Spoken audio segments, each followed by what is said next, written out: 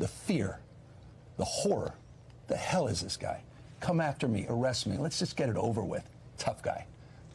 You know, I don't give a damn. Yesterday, Tom Homan, the director of removal operations, otherwise known as the border czar, basically made a threat that there's a possibility that he could or might arrest the governor of California, Gavin Newsom, as well as the mayor of Los Angeles. And this comes after all the supposed riots that are going on over the protest, over the ICE agents going in and arresting people. They've apparently have been going into businesses, including places like Home Depot, and just basically rounding people up, which to me, that is basically saying that anybody that looks brown and looks Hispanic, they're going to round them up and not ask any questions and force these people that are at their jobs, working, paying taxes, supporting their families to defend themselves later. Because there's no way that ICE could otherwise just go into a workplace where people are at and just, without looking at their skin color, to determine who they think is there illegally. So anyway, in response to that, of course, that was part of Governor Gavin Newsom's response.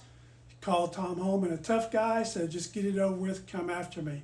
So Gavin Newsom has also stated that he is going to possibly sue the Trump administration over several issues. I think one of them involves violating state sovereignty. Of course, you know that Trump federalized the California National Guard.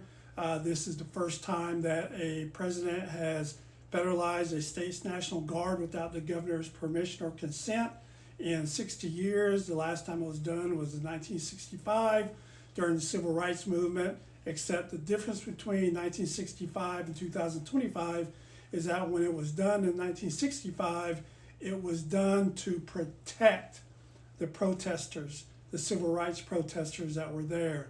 And in this case, Donald Trump is federalizing the California National Guard to go in and not protect the protesters, but more or less to protect the ICE agents, what I call or consider intimidating the civilians. And that is not what our military is there for. I'm a veteran, and I can tell you right now, when I enlisted in the military, I did not enlist to make our own people fear who we were or who we are. That is not the purpose of the military. The purpose of the military is to defend our country against all enemies, foreign and domestic, and peaceful protesters are not enemies. They can call it what they want it, but they are not enemies.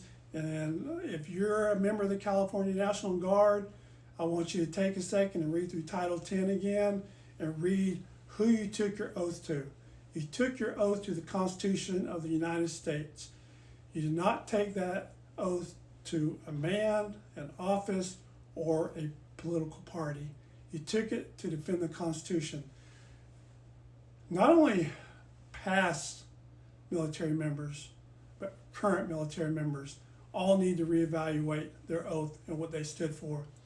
But, you know, in this issue, in this situation, I stand 100% with what California is trying to do.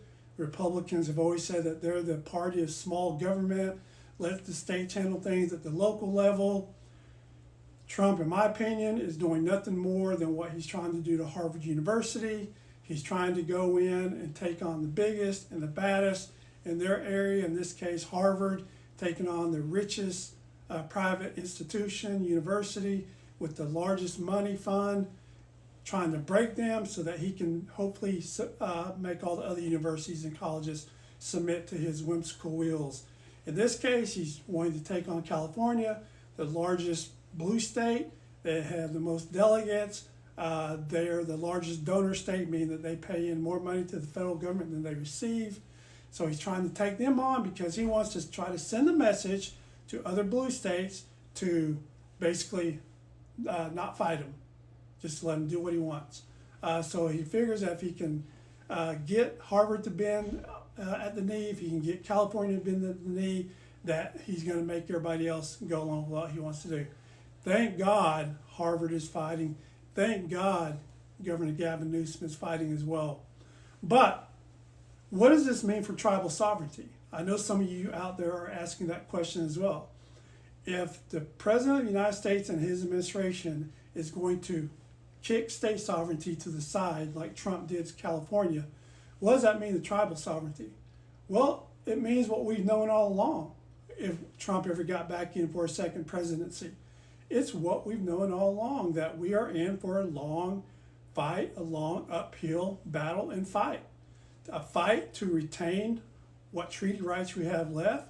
It's a fight to remain what sovereignty we have left. Is it going to be easy? No, of course it's not. Can one single tribe, even the richest tribe, take on the Trump administration single-handedly? No, they cannot.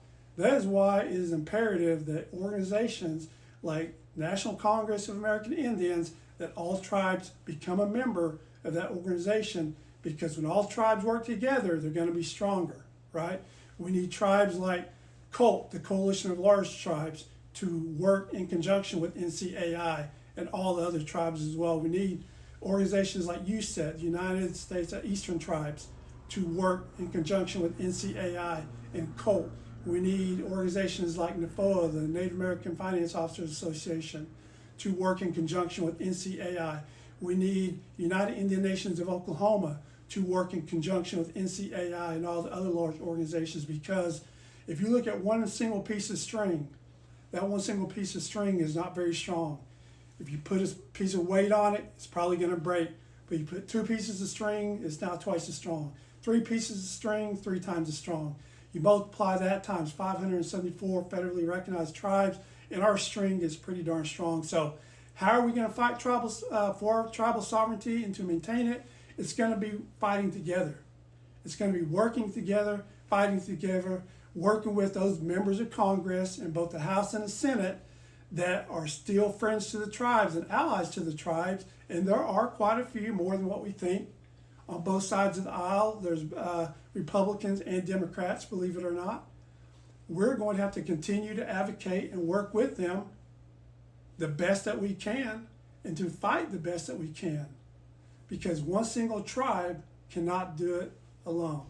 So if you like what you hear and see, give me a like and follow. I'll continue to keep everybody updated the best I can. Ho ho.